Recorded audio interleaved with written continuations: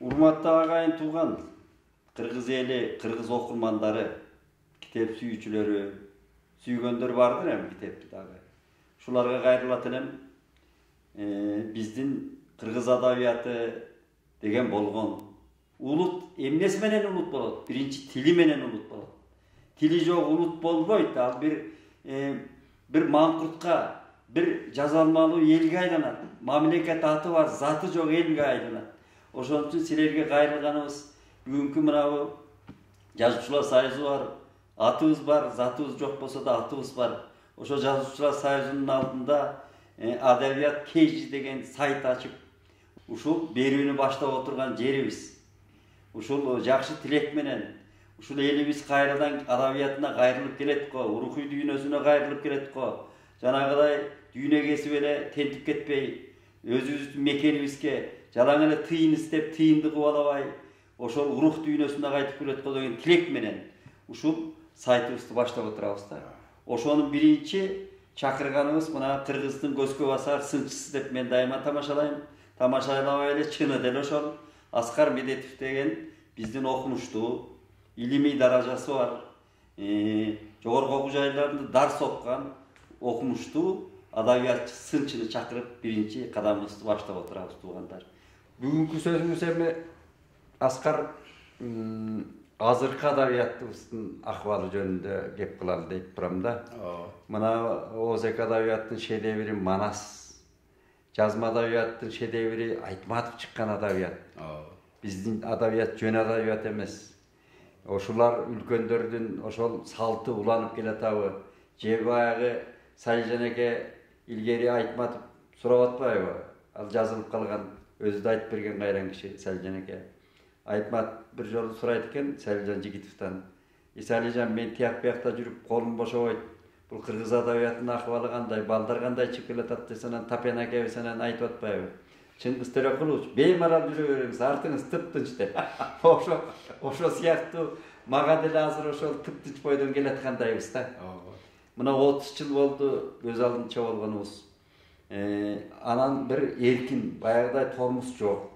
Баягыдай тиги цензура жок дегендей. Анан бизде кандай адабиятыбыз бүгүн? Өзүң сын жазып келатасың, эл акын дегендер, токтогул сыйлык алгандарын ошол сындап жазып келатасың. Адабият жаатында да айталы азыркы адабиятыбыз. Анан том-том кылып эле китеп чыгарган баатырлар көп. Ал жагын айталы. Кандай эми адабият жөнүндө кандай дейсиң? Эми биздин ошо эгемендүүлүк мезгилиндеги жалпы адабият жөнүндө сөз кыла турган болсок, албетте бул биринчиден ошол мурдагы союз мезгилиндеги адабияттын уландысы, себеби дегенде улуу муундагы биздин ошол эле Айтматов, Касымбеков, Эралиев, Казат Акматов, Асанбек Становтар, Сооронбай Юсуевтер иштеди да. Ошол мурдагы улуу муундагы жазуучуларыбыз жакшы чыгармаларды беришти. Ошол эле Айтматов Тавра Кассандра тамгасы, анан кийин Тоолор кулаганда деген ошол эгемендик учурунда жазылды. Эгемендүүлүк учурунда жазылган ошол кийинки мезгилде ошол өзүнчө таанып билип, ошого өзүнүн ошону көркөм синтезден өткөрүп, мисалы өзгөчө бул Тоолор кулаганда эркин жазылды. Азыркы мезгилдин духун кармаганга аракет кылды да. Анан албетте акыркы 30 жылдагы адабиятта бул тарых боюнча жазылган чыгармалар, тарыхый жанрдагы чыгармалардын тенденциясы деп коет. Ошол багытта аябай көп чыгарма жазылды да. Эми бул мурдатан тыюу салынып келген, албетте Санжир айтыш, мисалы үчүн ошол элдик легендалар жарыяланбай келген. Качкынбай Осмоналиев атын которуп жазгандай мезгилдерде. Мурда тыюу салынып келген. Андан кийин бул эгемендүүлүк заманында бум болду да ошол тарых жагычы. Санжыраларды, легендаларды, эл лозундагы чыгармаларды эле баары эле жазып алып эле автор болуп эле жазып берди да. Анан кийин ошол биздин улуу муундагы жазуучулардан башка кийин кандай ошо эми 2005-жылга чейин мындай дымып турду го дейм. Деги эле аксакалдарды айтпаган. Ооба. Жаңы муун кошулган жок. Себеби кыйын заман болду. Кекиртек тойлоп китеп чыгарган киши болгон жок да. Аз эле китептер аз эле начарлап кетти. А кезде 2005-жылга чейин. Анан кийин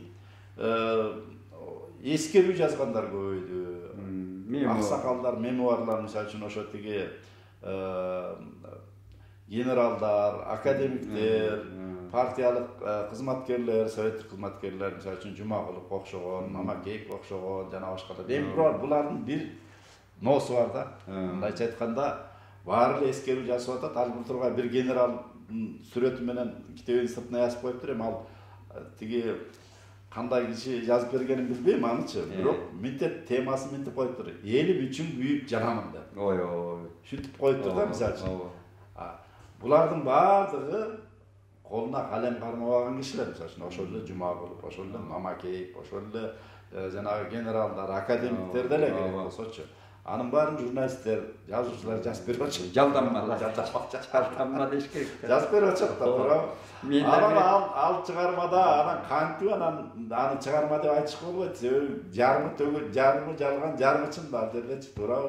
Аларды мындай олуттуу адабият катары караганга болбойт. Бирок ошондой багытта чыгармалар жайнады. Көп жазылды. Жайнап кетти. Көп жазылды.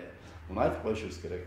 Анан тарыхый жагынан алганда, мисалы үчүн сиз илгертен эле жазып келатасыз. Колуңузга калем кармап, мисалы үчүн тиги калемиңиз калыптанып төшөлүп калган авторсуз, мисалы үчүн да. Дейли. Анан кийин бу өзүңүз айткандай жана китепканачы, китеп дүкөнүндө эже айткандай, тиги пенсияга чыгып алып, анан кийин тарых тизилдеп, көркөм чыгарма жазгандар көбөйдү. 50-60тан кийин колуна калем кармагандар. Ушул жагы аябай күчөп кетти биздечи. Улар тарыхты жазат, мисалы үчүн Токтоналиев деген автор Ормон хан дегенди жазды.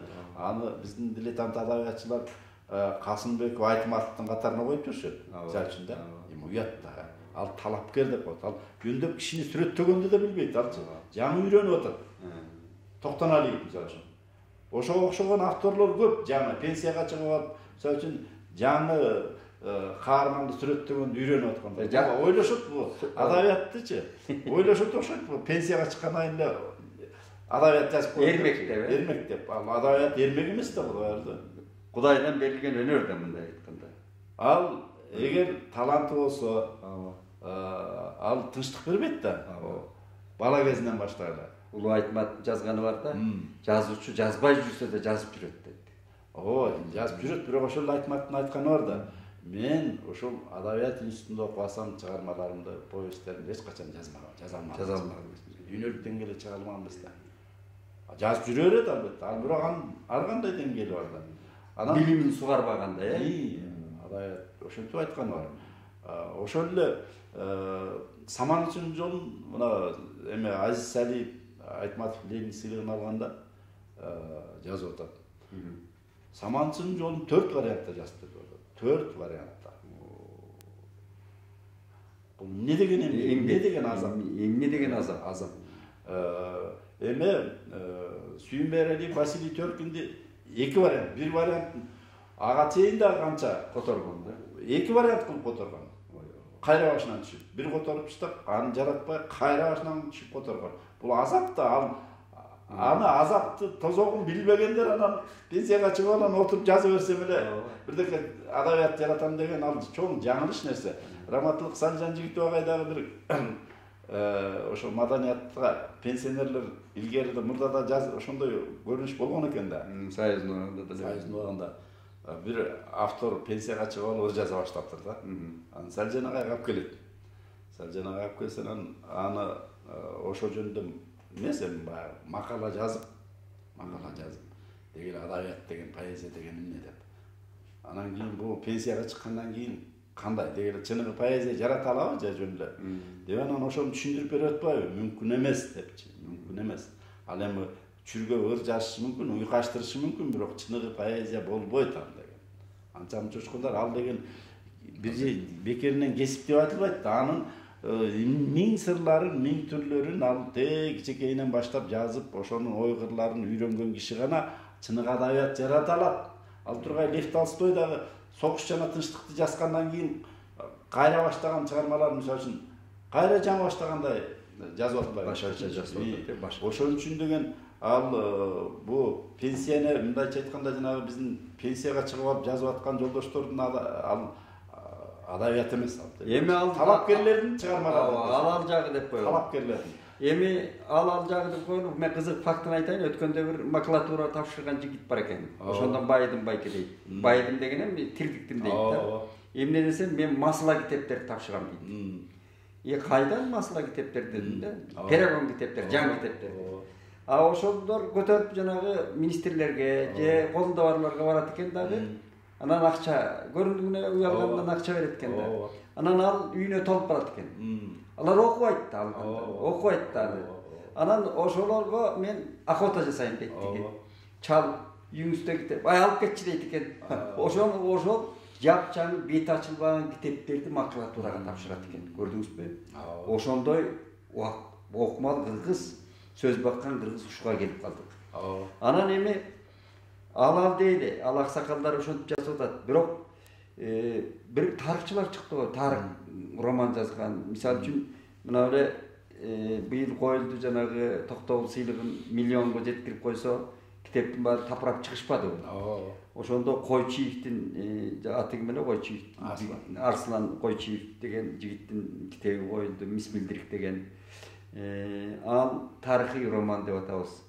Андан кийин дагы бир тарыхый Асыкбек Оморов деген менин атбашылык жердешим бар. Бул киши Чыңгыз хан анан Аксак Темир жөнүндө тарыхый эмелерди жазып атат да. Ошолорду окуп көрдүңбү? Ошолорду мындай көз салып көрдүңбү? Бул Асыкбек Оморовдуку деги эле башка тарых жөнүндө жазып жүргөндөр бул эпигончулук деп коет да, мындайча айтканда туураган, башкаларды туураган адабиятта. Чыңгыз ханды изилдеген жок да чындыгында. Мисалы Исай Калашников ошол каар заманда 10 жыл жазган. 10 жыл жазган. Чыңгыз ханды Ян өмүр бою изилдеген ал. Өмүр бою изилдеп, ал тарых жазыш өтө оор маселе. Себеби дегенде ал чыгармачылык бир жагы, экинчи жагынан ошол тарыхый фактыларды изилдеп, таап, архивтерден документтерди таап, салыштырып, эме кылыштын өзү тозок маселе да. Шунун сөзүңөр алды. Мен тиш салып көрдүм. Мына Эрел Дала деп Кенесарынын чапкынын кичинекей повесть кылып жаздым. Належи деп жазып көрдүм. Мен ошондо түшүндүм. Бул Айтматов Кайрылып куштар келгиче деген тарыхый роман баштаганда эмне үчүн токтотуп койгонун түшүндүм да. Бул тарых деген өзү оюнчук эмес экен. Өтө татаал илим экен. Бул тактыкты талап кылган. Өтө татаал илим экен да. Бизде ошол жанагындай болуп атпайбы? Мисалы үчүн санжыраларды, элдик легендаларды алып эле жазып эле анан ошого автор болушуп атат да. Ал туура эмес. Адабият болбойт алчы. Анан экинчиден ал жанагындай көркөмдүк жагынан деги эле жазуучулук өнөрдү өздөштүрө албай туруп анан жазышып атат да, мындайча айтканда. Анан мен айтам да, жок дегенде мына эле биздин сынган кылычты окуп койгулачы, биринчи чыгарылышы мыкты да. Төлөгөн Касымбектин сынган кылычы шедевр дебесек дагы ошол классикалык деңгээлдеги шедевр деп эле коюш керек. Ал тарыхты ошондой, мисалы үчүн ошол реалистик ыкма менен жазылган чыгарма да. Классикалык деңгээлдеги чыгарма да. Ошол тарыхты синтездеп, жанагындай тарых менен көркөм реалдуулукту ошо синтездеген мыкты чыгарма да булчу. Эми ошол турбайбы? Эталон болду. Эталон алды. Анан ошондон кийин тарых жазыштын өзү өтө коркунучтуу да. Эми мындай бир өнөрү бар кишиге, сөз баккан кишиге да. Анан кийин ошол жанагы кийин азыркы адабиятка келе турган болсок, ошол тарых жагынан чындыгында эле менин Арслан Койчиевдин чыгармалары, мисалы үчүн ошол чындап изденип жазылган чыгармалар да. Тарыхый фактыларды өзү тарыхчы тыкыр караган. Арслан тарыхчы карап, бирок ошону синтездеп, мисалы үчүн 16-жыл жөнүндө 16-жылга катышкан жазуучулар жазган да бизде көп. Аялинов, Белебаев, Турсбеков сыяктуу, мисалы үчүн да, Токтомушев сыяктуу. Анан Арслан Койчиевдин болсо ошол жанагы мыкты жагы мындайча айтканда жаңылык деп койсок болот. Ошол тарыхый фактыларды жакшы синтездеп, көркөмдөп, эми тарыхый фактылардын негизинде жазганда, ал жөн эле баягы элдин оозундагы аңызды, легендаларды чогултуп жазып койгон эмес. Ошол тарыхый фактыларды синтездеп жазганы менен мурдагы өзүнөн мурдагы, мисалы ошол эле Касымбек, ошол эле Осмоналиев, же болбосо дагы башка авторлордон ушундай айырмаланып турат да. Азыркы мезгилдин деңгээлине ылайык жанагындай тоң болуу эмес, чакан болуп атпайбы мисалы. Ошонусу менен дагы. Анан кийин эми азыркы адабияттын ошо деги эле акыркы 20 жылдагы бул эгемендүүлүк жылдарында көбү ошо улуу мундагы жазуучуларыбыз иштеди. Анан кийин биздин албетте мына Бейшебай Усубалиев, Абдулhamid Матсаков, Мамат Сабыров, Султан Раев сыяктуу биздин жазуучулар, булардын баардыгы совет мезгилинде калыптанган, мына сиздин бир муунда калыптанган жазуучулар. Мына сиз дагы жанагы эмени бул Ормон хандын казактар менен чабышын жакшы яздыңыз мисалы үчүн. Ошол жазуучулар жакшы чыгармалар берип атат. Булар мына профессионал жазуучулар деп койсок болот булардычы. Анан кийин Касым Кушубеков, Жылкычы Жапиев дегендер булар калыптанып калган. Анан алардан кийинки прозаиктер, проза жөнүндө айтат болсо жок болуп атпайбы? Артында сиз айткандай тыптыш мендиреп туруп атпайбы? Жок. Профессионал жазуучу азыр жок. Жок. Ал прозага караганда мынау поэзияда жандуулук бардай сезилет да мага. Эми поэзия албетте мен поэзия жаңы бир муундар чыгып келаткан өңдөнөт да. Поэзияда изденип атышат.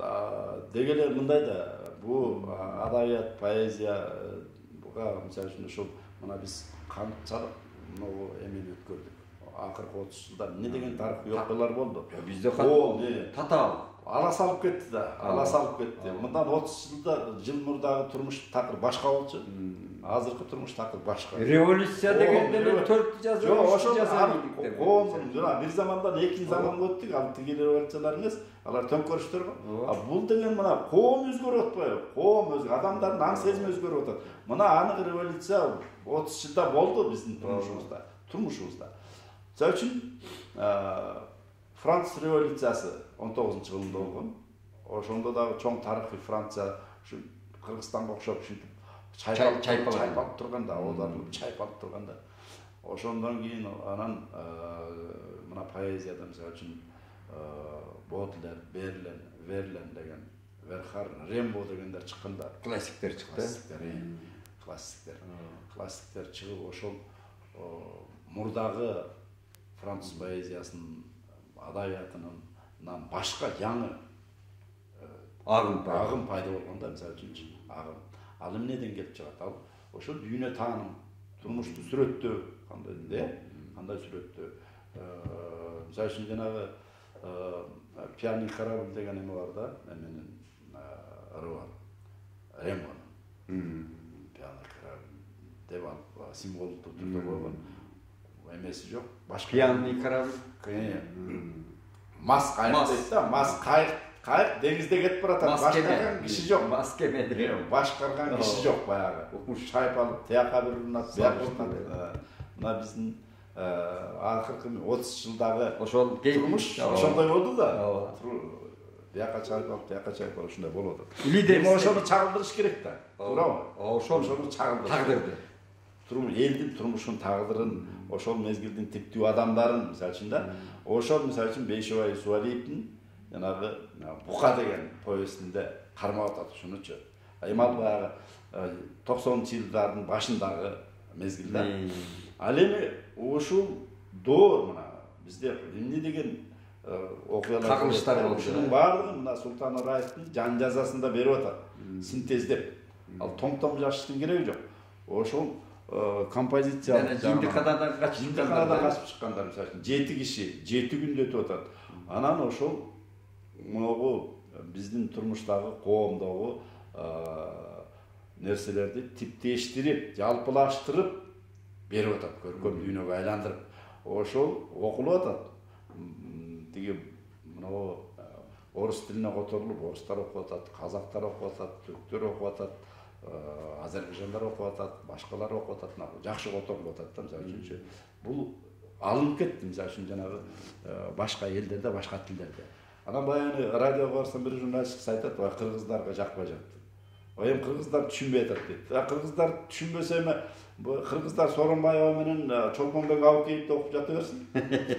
Ал дүйнө окуп атат да. Бирок дүйнө окуп атпайбы. Дүйнө окуп атат, кызыгып атат. Себеби дегенде ошол башка бир жаңы дүйнөнү алып барып берип атат аларгачы. Анан ал карапайым окурман дегенде китепти, авторду, жазуучуну китеби сатылганы менен, окулганы менен өлчөбөш керек. Ал өлчөнбөйт аны. Саясаттууларга шоу жылдыздарына баа бергендей добуш менен чечкенге болбойт. Ал деген мисалы үчүн ошол эле жана кайра кайрылып келе турган француз поэзиясынын жылдыздары да азыркы мен айтканда классиктери.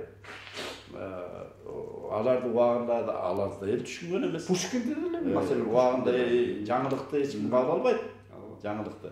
Анан бара анан мисалы үчүн дүйнө кабыл алып атпайбы, дүйнө окуп атат. Анан эми мындай да ушундай жаңы көрүнүштөр болду. Жаңы көрүнүштөр болду. Жок эместечи? Бар. Поэзияда эми айта турган болсок эми поэзияда мисалы үчүн мындай да бийик талап коюп караганда да бийик талап. Эми баягы чоң адабият жөнүндө сөз кылып атабыз да биз. Талапкерлер. Эми ошондой бийик адабият болгон да бизде. Орто Саар Советтер Союзунда болуп атпайбы? Айткан эмеспиз. Ал жөнүндө сөз жок. Анан кийин ушундай жагдайдан алып караганда, эми бизде дагы бир айта кете турган нерсе бар. Бул советтик жазуучу, советтик акын бул өзүнчө мансап болгон да мындай айткандачы. Сыйлык, наам дегенден кийин Расул Гамзатов ал бардык нерсени цензурага, саясатка карабай эле убагында айтып койчу. 70-жылдарга чейин даже 60-жылдары Дагыстандын эл акыны болуптур да. Анан 70-жылдар бир интервьюсунда айтып атат. Абу Талип, мен Дагыстандагы Абу Талип айтты дейт мага. Эл акынды алгандан кийин.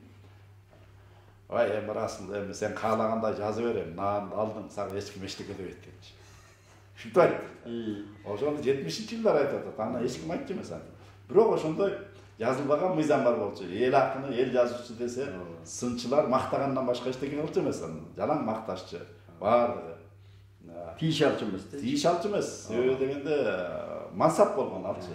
Мансап, сыйлык, лауреат, анан эме дегендерге деген. Мамлекеттик тараптан корголуп турчу да. Бар. Жазчылар сайысынын сакалдары мындай жазып атат, иштеп атат деп, жакшы иштеп атат деп. Ошол съездеги айтылган нерселер сынчылар анан ошондон алып кетет. Мен издеп көрдүм да ошо наам деген мамлекетти. Азыр кыргыздар аябай көп наамчыл болуп кетти го. 36-жылы чыгыптыр. Сталиндин буйругу менен ошо бериле баштаптыр да. 36-жылы. Анан Компартиянын одасын ырдатат биринчиден көбүнчө. Экинчиден жанагы сен айткандай мансап, анан тиги төргө отурат. Эл акыны, эл жазуучусу гана кирсин бияка дейт экен. Анан тиги калган таланттуу. Мисалы үчүн бир фактын айтайын, нарында эле болгон окуя. Илгери көчмө пленумдар болгон, агитация болгон. Ошондой жүрсө, Турар Кожомбердиев калып атпайбы? Наамы жок. Белгилер, наамдуулар өзүнчө сый тамак калып кетиптир. Тукем Турар бир жерде калыптыр. Бер жакта калыптыр да, мен нарындык туугандарым айтып берген. Эми Турардын ырлары азыр кайрадан окулат. Туурабы? Талант. Анан ушул жагына ушу бизде ооруга айланып кетти да, ошол үчүн токтотуш керек да. Бул токтотуш керек. Наам менен ал наам берип койсо эле ал адабият болуп калбайт, поэзия болуп калбайт. Ошол үчүн муну токтотуш керек. Анан эми поэзияга келе турган болсок, поэзияда дагы ошондой жаңылыктар болду. Шамалдап аткан жаңылыктарды байкап атасыңбы? Ошондой барбы? Бізде нукура поэзия жараткан авторлор бар албетте. Бирок ошолор деле бул ошол баягы биздин муундагы ошо 80-жылдары адабиятка келгендерден көрүп атам да. Албетте бул тиги 90-жылдары жана Карбалас Бакировдун адашкан кентабы ушундан башталат да. Анан кийин мына биз байкабай, баа бербей жүрө беребиз да, мисалы үчүнчү. Эми чыныгы акындар ошондой болот экен, ал наамга деле, сыйлыкка деле, китеп чыгарганга деле кызыкпайт экен, мисалы үчүн. Мына Жолдошбек Зарлыкбеков раматлык макала жазса деле шумдук жазчы болчу. Аябай окулчу да. Анан кийин ырдай окулчу да. Жөн эле мына журналистикасы деле бир өзүнчө бир узун сөз кыла турган автор да. Анан кийин бул ыр жазчы. Анан мен атайын муну изилдеп көрдүм. Атайын изилдедим. Биринчи ыры качан чыккан, канча ыры жарык көрдү, каяка жарык көрдү деген маселелерди карап көрүп, бул 84-жылга чейин бир да ыр жарыялап атыр.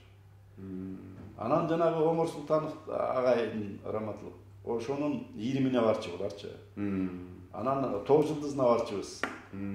Ыр жазып жүрчү, жазчы, изденчи, эме кылчы, жанагы Рилкени, Рембону мен мисалы үчүн Жолдошбектин колунан көргөм, мисалы үчүн да. Ушунчалык катуу изденчи, анан чыгарчы эмес да.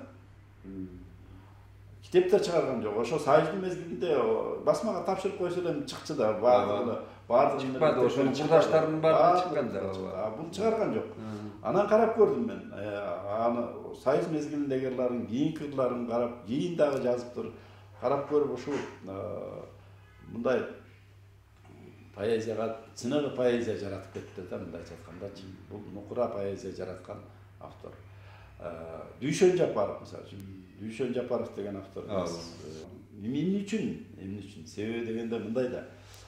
Бул ойлошок көп элечи, баягы бир кызматта жүрүп, же бир эмеде жүрүп, анан кийин ырды зериккенде жанагы пенсияга чыгып алып жазса эле ыр болбойт. Ал тагдыр деген эмне? Ошону менен жашаган, ыр менен жашаган, адабият менен жашаган буларчы. Раматлык Алик Акмалиев, Алик Акмалиев. Тагдыр күтүп, акындык тагдыр күтүп жашаган авторлор. Дервиш болду. Мына кыргыз поэзиясынын жаңы барагы эгемендүүлүк мезгилиндеги. Мына ушулар жанагы эл акындары эмес. Эл акындары ал ортозар поэзиянын өкүлдөрү, мындайча айтканда. Ачык эле айтып коюшубуз керек. Ортозар поэзияны жараткан, мисалы үчүн бул жерде Надырбек Алымбектин 10 тому турат. Сүкөн бир 3 том арам чыгарыптыр. Кыргыз поэзиясынын классиги, дүйнөлүк поэзияга жеткирген автор. Килемчи экенбизби? 10 том чыгарыптыр Надырбек Алымбек. Ошо поэзия, ал ортозар поэзиянын өкүлү, мисалы үчүн. Ошол эле жанагы эл акындарынын баардыгы, мисалы үчүн, эгемендүүлүк жылдарында алган. Энди казак айтканда, бул адабиятты ошо жанагынтип олуттуу караган, тагдыр күтүп жашаган авторлор аз. Ошолор жаратыптыр десек болот. Жаңылыкты да ошолордон издешибиз керек. Ошолор чындап жаны күйүп нукура поэзия ошолордо бар. Мен мына былтыртан бир эме атап отурбайын, бир мигранттардын клубуна аралашып калдым да. Анан ошолор ыр жазышат экен көбү, проза жазгандары бар экен. Анан карап отуруп, баягы кыргыздын бир сөзү бар эмес, күйгөн катын кошокчу деген. Ал бечаралар ушу эл жерин сагынгандан, жанагы күйөөлөрүн сагынгандан, балдарын сагынгандан эле акын болот экен. Анан окубай деген. Оку деген калып тур, ай силер окуп койбойсуңарбы? Жок дегенде Жолон Мамытовду, Омар Султановду, манабы жоло тиги Турар Кожомбердиев дегендерди эле окусаңар, канчалык орус адабиятын кой, ал тиги дүйнөлүк адабиятты кой, Ремболорду. Ушуларды эле окусаң түзүк акын болосуң. Сагын Акматбекованы ачып окуп койбойсуңарбы? Дедим. Анан болбойт, алар деле күжүлдөп иштеп жүрөт. Düşük мындай да, булар ошо талапкерлер да. Алай талапкерлер. Ошо бүгүн чыгарат экен ошо. 2018-жылы Москвага барып калдым. Айтматов боюнча конференция болду ошо Москва лингвистикалык университетинде. Ошо жака чакырышып анан барып. Анан ошол жерде Багыт деген жигит бар экен. Жанагы Москва кайрыктары деп 6 том чыгарышыптыр. Жыл сайын чыгарышат. Бул жакшы көрүнүш эми. Бирок алар баягы профессионал акындар эмес да, талапкерлер. Ошолор баягы өздөрүнүн руханий дүйнөсү азыктар керектөөлөрүн ошентип эме кылышып атат да. Бирок алар эми баягы профессионал акындар эмес. талапкерлер да. Мен эми мына байкап жүрөм, мына кыздардан Назгүл Осмонова деген жакшырларды жасап атат кийинчерээк. Жанагы Кыял Тажиева деген, мен ошолорду окуп калам да, мен байкагандарымда. Анан жана Кургубаева деген кыз, ушулар жакшы ырларды. Мына поэзия дегеним кыргыздын кыздары. Анан мен жакында Өмүрбек Тилебаевдин бир китеби колума тийип калды. Мына чыныгы поэзиянын жанагы далдоодо жүрөт деген ошо чын экен. Антон Чеховдун абдан мыкты мага жакты да. Жакты, анан өзүнө тиги баш сөз жазып туруп тиги газетке бердим, эми чыгат жарыяланат. Мен күткөн ырлар деген. Өмүрбек мен көп жылдар күткөм ушундай ырларды, окурман катары. Өмүрбек Тилебаев дагы ушул баягы акындык тагдыр күтүп. Ошол өмүр бою ыр менен жашап, ыр деп жашап, изденип, ушул мезгилди, заманды, замандаштарын ошолордун образын жаратып, анан кийин бу өзүнүн поэтикалык дүйнөсүн жараткан автор да бу дагы. Ошол улуу муундар жаратып атат. Ошондой экен, ошол чоң өсүш бар экен, өсүптүр да. Анан кийин кыздарга келе турган болсок, албетте тиги ошол эле мына Махабат Молдалиева деген бар, Айда Эгембердиева, өзүңүз айткандай Кыял Тажиева, Афина Бакирова деген. Анан кийинки кыздар көп иштейт экен. Мына тиги Алтынбек Исмаилов деген бар, эме өтүп кетти, ким эле тиги жанагы Зайырбек Ажыматов мисалы үчүн да. Касабов Отуп деген бар. Бир нерсени айтып коюш керек да. Жанагындай чоң талап менен Өмүрбек Тилебаев, Зарлыкбек, Дүйшөн Жапаров сыяктуу бир мындай акындык тагдыр күткөн авторлор аз болуп атат да, мисалы үчүнчү. Анан буларда албетте жакшы саптар, жакшы мындай салыштыруулар, жакшы эмелер бар албетте. Бирок жанагындай бир поэзияга чындап башын сай берген. Мисалы үчүн Зайырбек Ажыматтын биринчи китеби аябай жакшы. Биринчи китеби. Кийинки китебилеринде мындай бир таасирлер бар, адабий таасирлер, Анатай Өмүркановдун, Шайлебек Дүйшөевдүн жана башкалардын, Анан калыптанган жок да, акын катары калыптанган жок. Кийинки муундар калыптана албай атат мындайча айтканда. Өзүнүн жүзүн, өзүнүн мындай стилин тапкан жок. Мисалы үчүн өткөндө катышпадык, Бектуруш Салгаманин жана аты жок китеп деген. Бектуруш Салгаман мисалы үчүн калыптанып калыптыр. Жакшы изденип калды. Өзүнүн бар да. Албетте, окшобойт. Ал эч кимге окшобойт. Мына ошондой улуу муундагы акындарда, поэзияда мисалы үчүн жанагындай көрүнүштөр бар, жаңы көрүнүштөр деп койсок болот да. Алар мөмөсүн берип атат. Анан кийинки жаштарда андай жок болуп атат да. Жарык этип Жолон Мамутов биринчи эле чыкканда Отты сүйөм деген жыйнагы менен жолон экенин көрсөткөн да. Мисалы үчүн албетте. Турардын биринчи Отто чоң коломто деген биринчи жыйнагында турар экенин көрсөтүп атат. Сагын жамбыр деген кенедей ыры менен сагын экенин көрсөтүп атат. Мисалы үчүн да. Ошол мисалы үчүн Анатай Өмүркан жакшы экен, студент. Мөлтүр булак деген биринчи ырын жакшы көрөм. Ал деген мисалы үчүн ошол студент кезинде жанагынтип Мөлтүр сезим деген тиги изденип жүрүп, ошо ыр жазам, изденем деп анан Мургапка кетип калып атпайбы?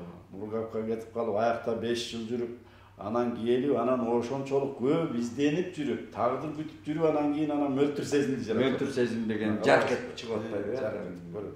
Карабайсызбы? Ошондой бир чыгармачылык изденүү, мындайча айтканда башын сайып койгон авторлор жок болуп атат да, мындайча айтканда.